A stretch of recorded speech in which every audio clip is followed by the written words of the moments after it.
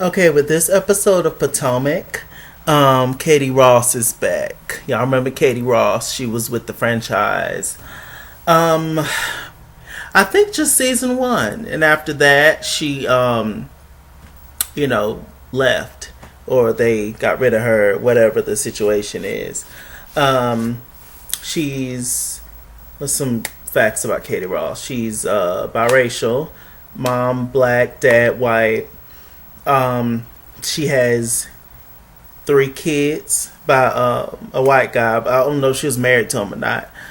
Um, she has two twin girls, I believe, and then she has a son. And it was all kind of information out there about her, in terms of her possibly losing custody, allegedly, of her kids. And anyway, I'm saying all this to say those people who have not seen or watched Potomac since the beginning, just to give like some facts on like who she is, that she was a part of the franchise and now she's a friend of the show. But recently on Instagram, she left a post. She wanted to clear up a couple of rumors before anybody have any questions. So she left this post here.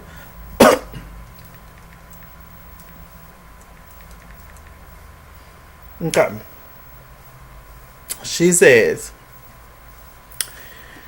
lots of rumors in the street about me, and cast members I film with have unfortunately talked a lot of crap in recent days. Let me clear up a few things.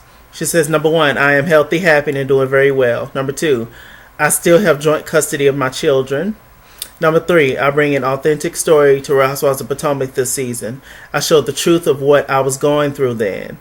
Number four, I am not a housewife, I'm a friend. Number five, everyone, I will be seeing things filmed almost a year ago. Because y'all know they filmed the show. And then months later, we see it. So, in present time, this would be months and months later, that's going on the show. That when we actually see it. But they be done, went on with their lives, etc. Says, tomorrow night I'll return on TV, but my life is very different today than it was the night I rejoined the show. I hope people who know and love me will watch and support the show, but also know that exactly has changed since then. So, yeah. So that's it. I liked Katie. There was a couple of issues with her at one point in terms of me, liking her. Just, in terms of, it seemed like she was trying to, it almost kind of felt like it was a moment where she felt like it was a problem, it was an issue with being black or whatever, in which obviously she's biracial. But it seems as if she did not care for her black side or something. If y'all know what I'm talking about, if y'all go back and watch it, which sounds crazy, right? But it kind of seemed like she just had a complex about being half black, whatever. And what else? Other than that, I thought she was, cool. She got the girls together when she needed to. Yeah, I liked her. Let me think of anything else. Any other facts about her? She used to be a model. She's tall. She comes from a well-to-do family. Yeah. So, yes. In other Potomac news, Candiace, y'all know she performed this little ditty on the show for her husband. She wrote the song for her husband. And the song is called I See You, and you can get it on iTunes. Play a little bit of it.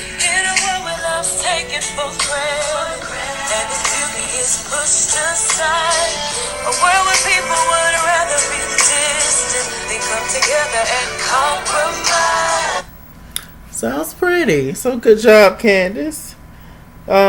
Yes. Good job. Okay, what else is going on? So on to the show. Just wanted to get those things out the way first. Hope you guys are having a good day, night, midnight snack, whenever y'all watching the kid. Okay, who was Robyn. She's still doing the renovations with the homes. One house was supposed to be done, but it ended in a 5-month period. But they ended up having to prolong that. So it was actually like ended up being an 8th-month period on this certain property that she's putting her money into. But the property's not done yet. She ain't found nobody to move in yet. So it's still a lot of work to do on the property, and she's hoping that she's going to get the money that she invested into this property, that she's going to get it back at some point, but we don't know. She's still doing this business with her mom and everything, but they ain't did no work. So I don't know I just don't know. Mom was just like, yeah, look like y'all need a lot of work done and all this. I'm just like, why don't you help with nothing? But I mean, this is one, so okay. What else is going on? Karen had a scene with her husband, Ray, and they went to go get tombstones, burial, descriptions and everything, the burial plots for her parents, which is super duper sad. And this is definitely rough too. She ended up losing both of her parents within a 7-month period. Always kind of heard growing up, especially if it's a couple that's been together for a long time. I've always heard growing up that if one of them end up passing away, it don't take long for the other one to pass as well. And it's almost like they're so like tied together. They're so like one. They've been together so long that it's just kind of like, I guess they end up passing from a broken heart almost, because it's like, oh, I can't be here without my other half. And so I'm just saying that's just what I've always heard growing up. But God bless Karen, and she's gonna be all right. She's also worried about Ray. Ray is she said 2 years younger than her father was. Ray is 17 years older, I believe, because she was recently on Wendy Williams. She's 17 years old. He is 17 years older than Karen. So Karen is 56 and he's like 73. So wow, what a blessing that is, I tell you. So she'll always be the younger woman, child. I'm like, I know that's right. What is she? She said she met him at the Black Caucus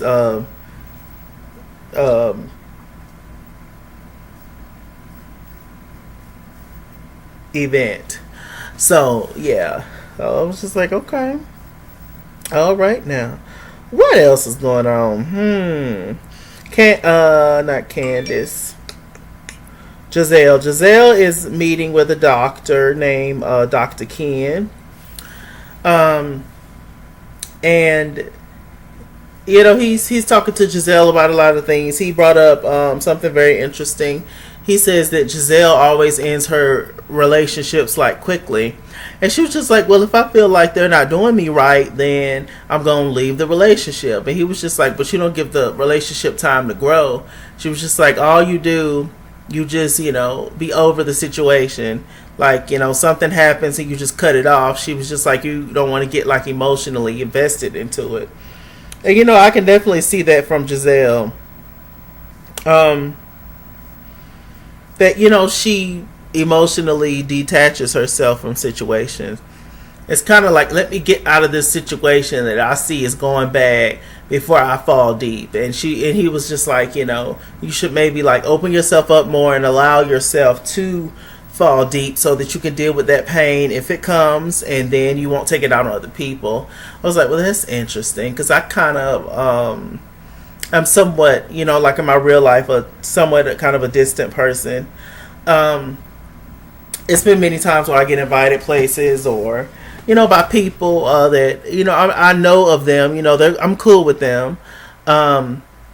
I would call us friends, but we're not like close friends. But it's just people from work or whatever. And it's multiple times where I get invited places like baby showers and just out to eat, to chill and stuff, and I just won't go. And sometimes I'm really just not feeling it, like physically. And then other times I just won't go. Like, it's just hard for me to get out of my comfort zone. sometimes, especially when I'm around a bunch of people I don't know. Like if I just know one person, the person that's inviting me to the party, like if it's their party, it's like if I just know you, like I'm, kind of shy and like off to myself a little bit till I really get to know you, till I really get to know people. And it's like I'm just not the person to walk up to people and start talking and having a conversation. I'm just not that person really. And it's just like, it's your party, so you're going to be working the room and talking to everybody. So I'm just going to be sitting over here looking crazy. I can't follow you around the party like a dog. So it's just like, what's the tea? What to do? And so, if it's people like that, and if we just so happen to end up falling out for whatever reason, or I end up not rocking with them for whatever reason, it doesn't happen often. But if it does, it's just like, well, you're not my best friend, so I'm not that emotionally connected, so it won't hurt as bad. It's just like, okay, well, whatever, next, on to the next, Thank you, next. But it wasn't a match. Thank you, next. Okay. I'm so fucking thankful for my ex. Thank you, next. Thank you, next. Thank you, next. Anyway, just did my little remix to that song. But yeah, so I definitely understand that. Gizelle had went over to Karen's home to speak to Karen, and Karen was saging the house, child. I screamed. Karen was saging the house, child, before Gizelle got there getting them spirits out. That's what I'm gonna start doing. Any place, the next place that I move to, or anything like that, I'm definitely gonna sage the home, because you just never know. You just never know, and sage the people that's coming up in there. You don't never know what spirit somebody bringing on to you, child. They mad at somebody else, they taking out on you, and they just saging the girls down, boots. Like, you just never know. I'm just like, she came in there, saged her. I like to scream. Gizelle was looking all over the house, knocking on stuff, acting a fool. I was just like, Gizelle, you need to stop. So, they was just throwing shade back and forth to one another. And she said that she told Karen that she's going to see a therapist. Karen recommended a therapist. She's just like, no worries, because I got my own. And she's just like, oh, you got your own therapist? Well, that's wonderful. You need it. And it's just like, talking about I need to start showing more compassion, more empathy towards other people. And she was just like, oh yeah, that's true. That's very true. Karen is still distant from Gizelle. She still don't trust Gizelle. And I get it, because I didn't realize that these girls, they start back filming the show so early. So the reason why there's still so much tension between Gizelle and Karen, or, the rest of the girls, is that they start filming the show a week after they wrap up the reunion. So it's still feelings there. There's no time to, get over things.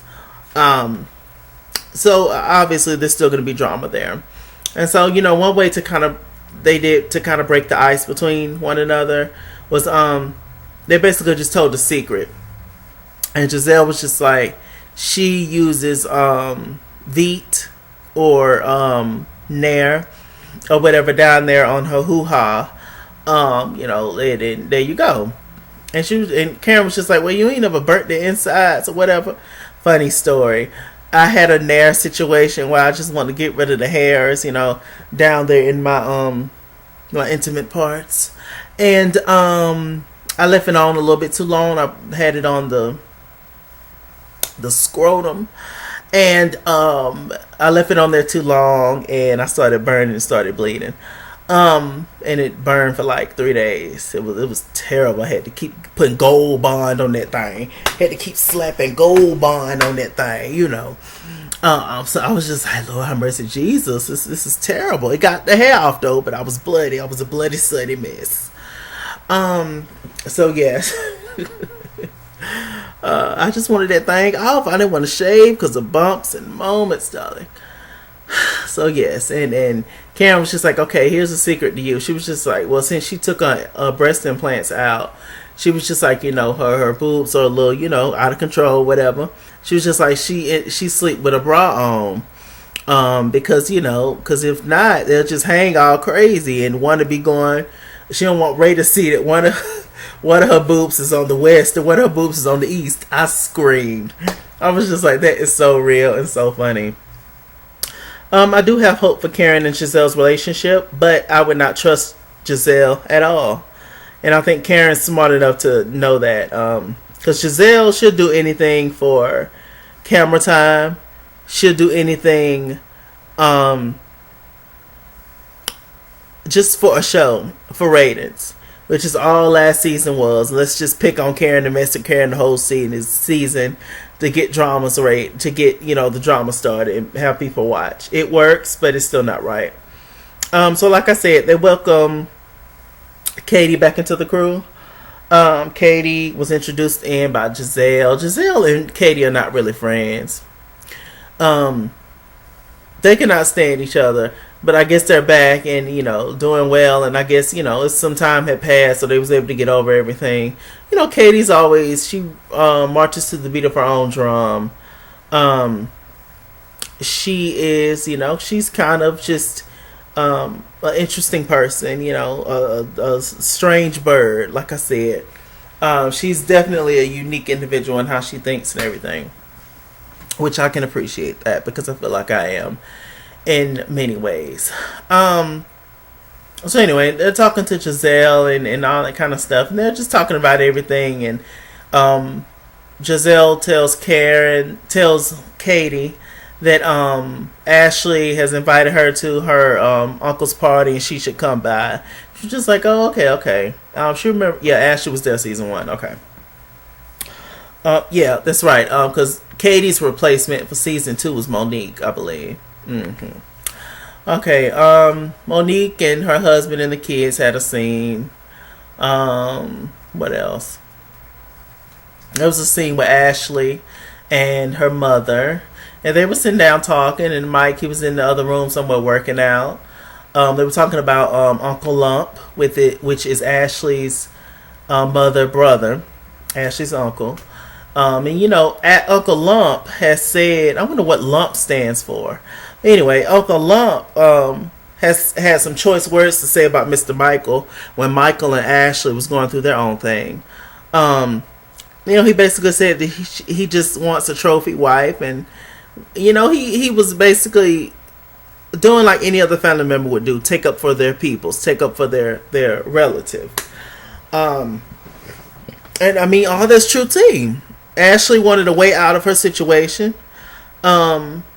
She wanted financial stability, and Michael wanted a trophy wife, and they both got what they want. I mean, can we be honest in saying that? I think that's safe to say, and it's okay to say. It's hard out here. Hell, every year they're going up on groceries and every darn thing, but these jobs ain't going up. Y'all don't want to pay nobody more, but y'all raising the tomatoes and prices and things, darling. Can't even buy no squash. So, yeah, I saw that. I was just like, okay, well, that's something. What else? The mama came in. As soon as the mama came in, hugged Michael, and she was crying, Ashley, because she's never really had that before. Okay, so we get to the party. I don't think there's anything else to talk about. Oh, Candiace and Ashley, they had a scene where they came by. Well, Candiace came by to Ashley and Michael's restaurant. Ashley was just like, me and Candiace are fur. We're not necessarily friends, but we're like on the way there. And Candiace came to check up on Ashley, etc. I do think I think that's an accurate description of their friendship. I just think they're okay. I just think they bond because they're the youngest girls on the show, and they both come from the pageant scene, and we got introduced to Candiace through Ashley, I believe. So, I mean, they probably know each other the longest in terms of, knowing the other girls. So I guess that's why there's always kind of a bond there. But I don't think they're necessarily friends at all. Because Candiace definitely rolled with Monique and Karen hard, and Ashley don't. Ashley actually is closer to Gizelle and Robyn, which is weird because season 2, I believe, they came to her restaurant to beat her up. But whatever. Time has went on, and I mean, I don't know how you can be that close to somebody that came to your establishment to beat you up, but whatever. I guess maybe they're just a bigger person than I am. But so she came and she invited her to the event. It was nice to see them, together and all that kind of stuff.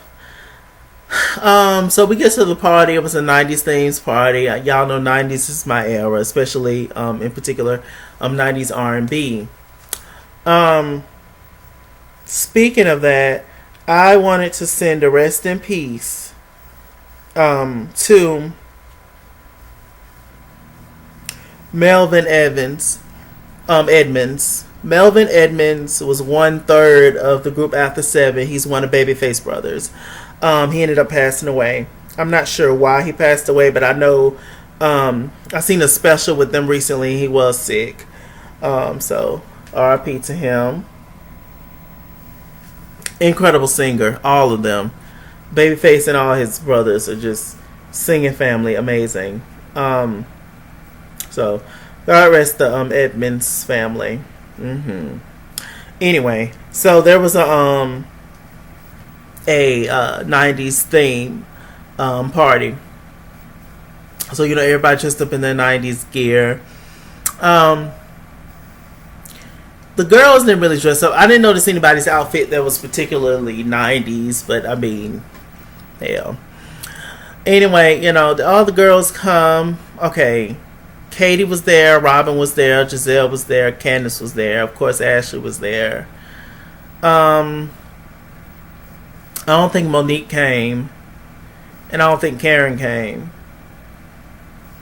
Yeah, I didn't see them. If they was there, they ain't show them. Whatever. So, Katie get there. She was just like, oh, hi, how you doing? I had to fight traffic to get here. I kind of missed this. There was Candiace got up and spoke to Katie. She don't really know Katie like that. Katie don't really know her, I don't think. But Candiace brought up money or brought up parents or babies or divorce or something, and it kind of rubbed Katie the wrong way. And Katie was just like, yeah, I wish I would have met you a few days ago. I would have told you not to bring that up or something. She kind of caught an attitude with Candiace real quick, and I was just like, well, what is that about, Katie? But y'all know Katie is off her rockers real bad. So you kind of have to forgive Katie, child. The child ain't all the way there, bless her heart. But they sat down and talked, and there was kind of this weird exchange between Gizelle, Robyn, Katie, and Candiace. Candiace was just talking. She was just like, similar to how we seen Candiace last season. Sometimes Candiace just talks too much, and she say things that make people go like that to her. And I kind of am that moment too, like maybe when I'm like a little nervous, or I'm just not meeting people and I just don't want weird awkward silence, so I just bring up some weird topic or some random topic. But because I may have a different perspective on whatever topic, they look at me like I'm crazy. It was just like, oh, well, where did that come from? Like, what's wrong with you? And it's just like, okay, girl, like, obviously I'm just trying to relate to you on some kind of level. I'm just trying to get to know you, because otherwise we'll just be sitting here with the cameras rolling and ain't nobody saying nothing. So, she said something about sharing inheritance or having an inheritance, or, always having to share things and stuff with siblings. It was a muddy situation. And, they was just looking at her crazy and stuff. And I was just like, oh, Lord. So, meanwhile, we have Michael, which is Ashley man. He talking to all the people in the party. Uncle Lump just sitting over there by himself, just chilling. I was just like, why don't nobody go talk to Uncle Lump? But anyway, he talking to somebody. He sees some tall black dude, and him and Michael are talking. And Michael was just like, oh, you're pretty rock hard.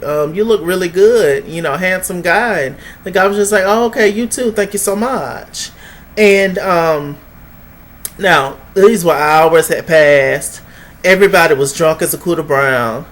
And, everybody was... Ashley had a situation where she was all up on Candiace. And, I don't know, it was some kind of lesbianic situation going. I don't know. I wasn't there, but I'm just looking at the cameras. I was just like, what is going on? I was just licking and sticking all up on each other. What is this?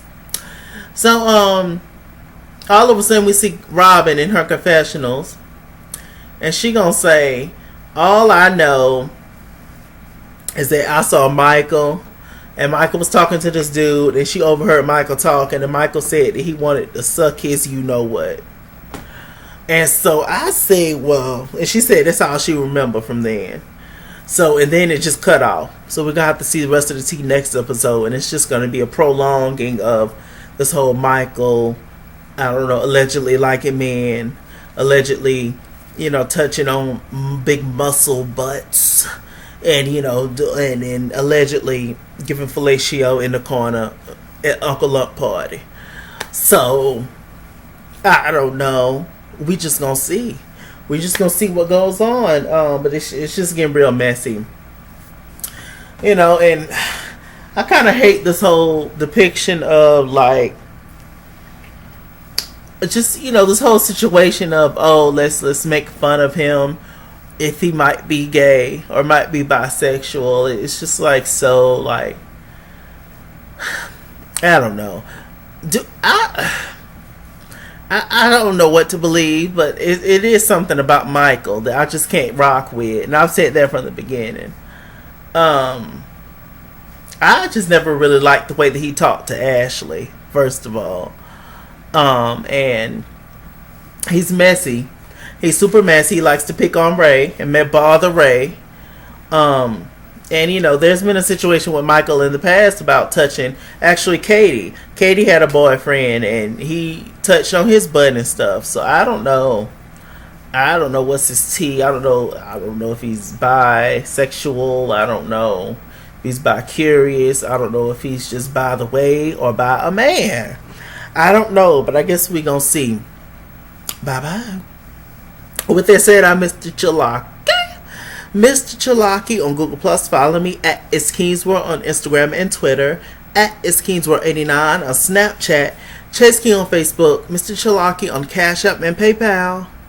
Run me my money or run me my fade. Run me my money the way I get paid. Stay black, stay tuned, darlings. And I'll see you guys later. Bye.